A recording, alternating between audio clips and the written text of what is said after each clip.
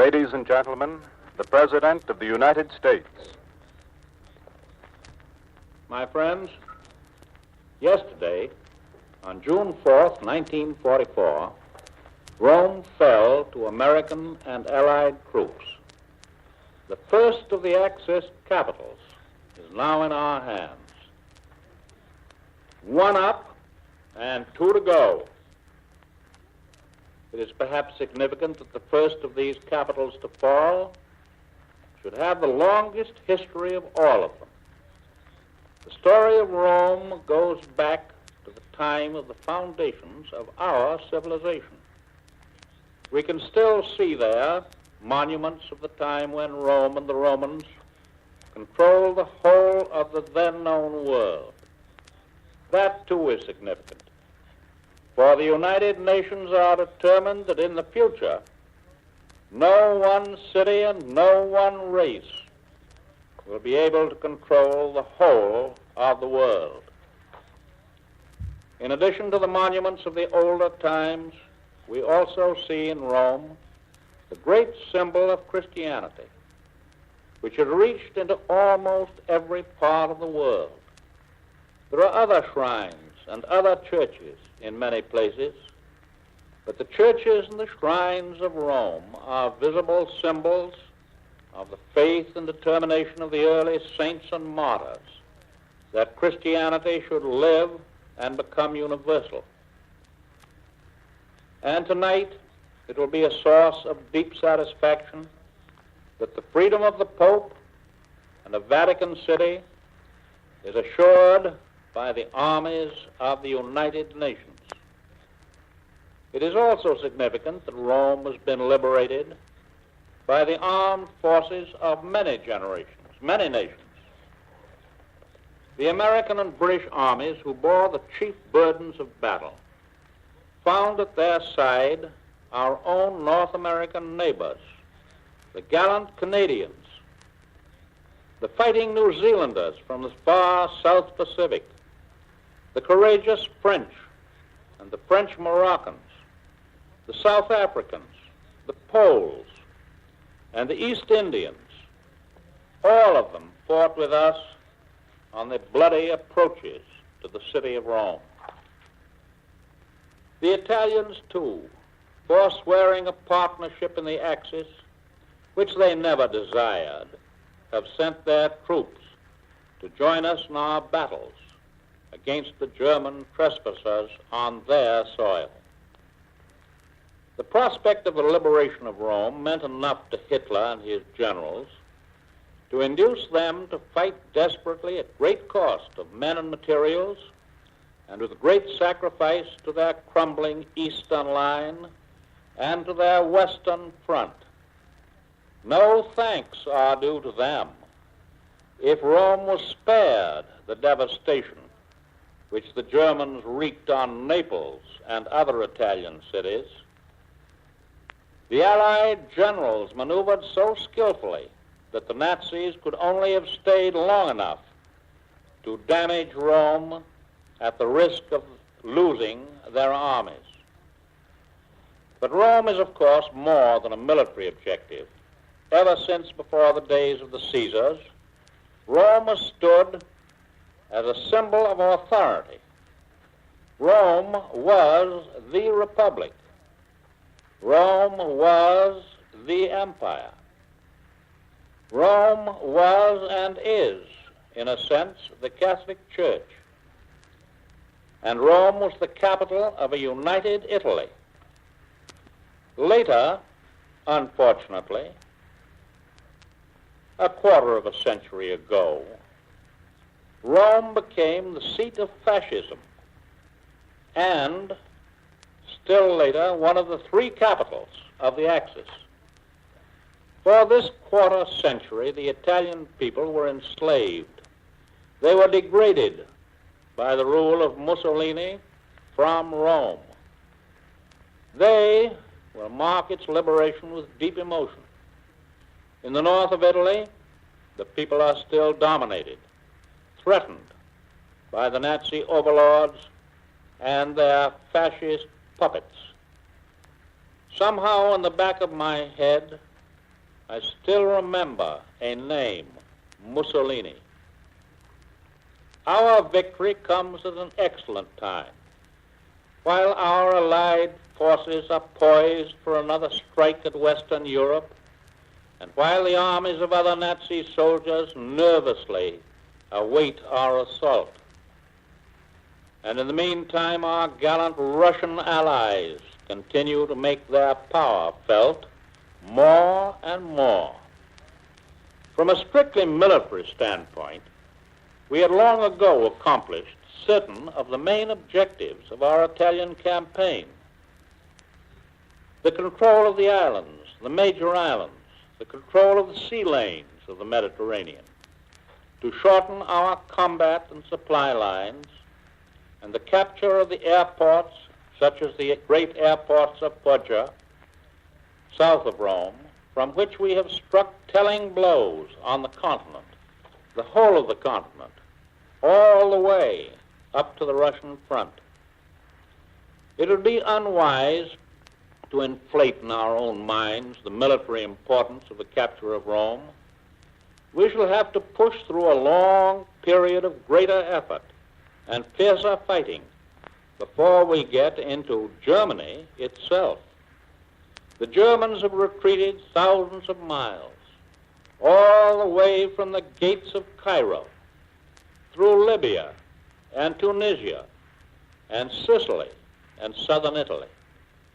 They have suffered heavy losses, but not great enough yet to cause collapse. Germany has not yet been driven to surrender. Germany has not yet been driven to the point where she will be unable to recommence world conquest a generation hence. Therefore, the victory still lies some distance ahead. That distance will be covered in due time. Have no fear of that.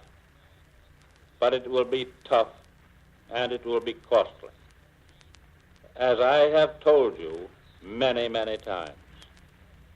In Italy, the people had lived so long under the corrupt rule of Mussolini that in spite of the tinsel at the top, you have seen the pictures of him, their economic condition had grown steadily worse.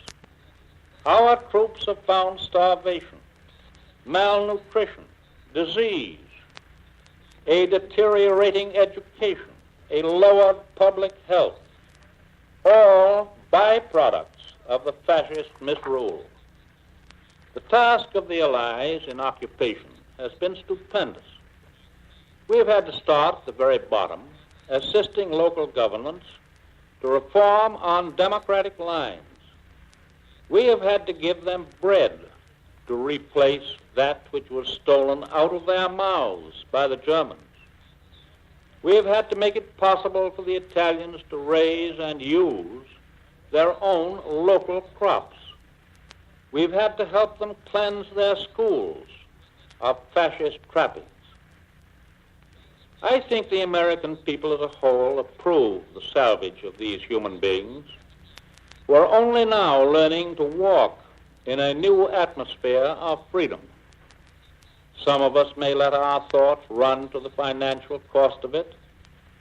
Essentially, it is what we can call a form of relief.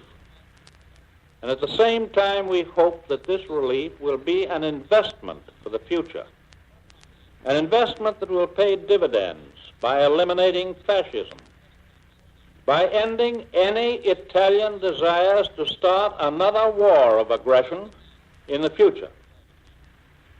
And that means that there are dividends which justify such an investment because they are additional supports for world peace. The Italian people are capable of self-government. We do not lose sight of their virtues as a peace-loving nation.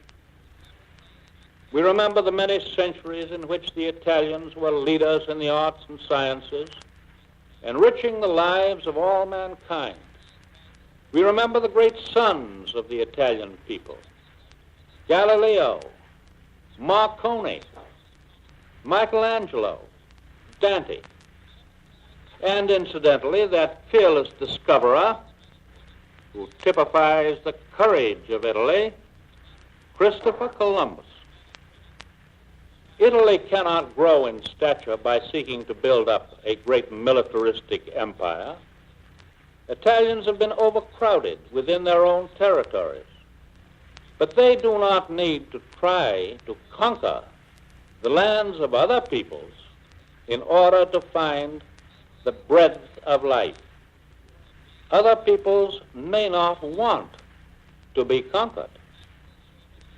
In the past, Italians have come by the millions into the United States. They have been welcomed. They have prospered. They have become good citizens, community, government leaders. They are not Italian Americans. They are Americans, Americans of Italian descent. Italians have gone in great numbers to the other Americas, Brazil and the Argentine, for example. Hundreds and hundreds of thousands of them. They have gone to many other nations in every continent of the world, giving of their industry and their talents and achieving success and the comfort of good living and good citizenship. Italy should go on as a great mother nation, contributing to the culture and the progress and the goodwill of all mankind, developing her special talents in the arts and crafts and sciences, and preserving her historic and cultural heritage for the benefit of all peoples. We want and expect the help of the future Italy toward lasting peace. All the other nations opposed to fascism and Nazism ought to help to give Italy a chance.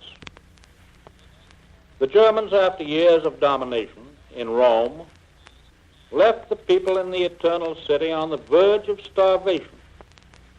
We and the British will do and are doing everything we can to bring them relief. Anticipating the fall of Rome, we made preparations to ship food supplies to the city. But of course it should be borne in mind that the needs are so great, the transportation requirements of our armies are so heavy, that improvement must be gradual. But we have already begun to save the lives of the men, women, and children of Rome. This, I think, is an example of the efficiency of your machinery of war. The magnificent ability and energy of the American people in growing crops, in building the merchant ships, in making and collecting the cargoes, in getting the supplies over thousands of miles of water, and thinking ahead to meet emergencies. All this spells, I think, an amazing efficiency on the part of our armed forces, all the various agencies working with them, and American industry and labor as a whole. No great effort like this can be 100% perfect, but the batting average is very, very high. And so I extend the congratulations and the thanks tonight of the American people to General Alexander, who has been in command of the whole Italian operation, to our General Clark, to General Lease of the 5th and the 8th Armies, to General Wilson, the Supreme Allied Commander of the Mediterranean Theater, to General Devers, his American deputy, to General Eaker, to Admirals Cunningham and Hewitt, and to all their brave officers and men.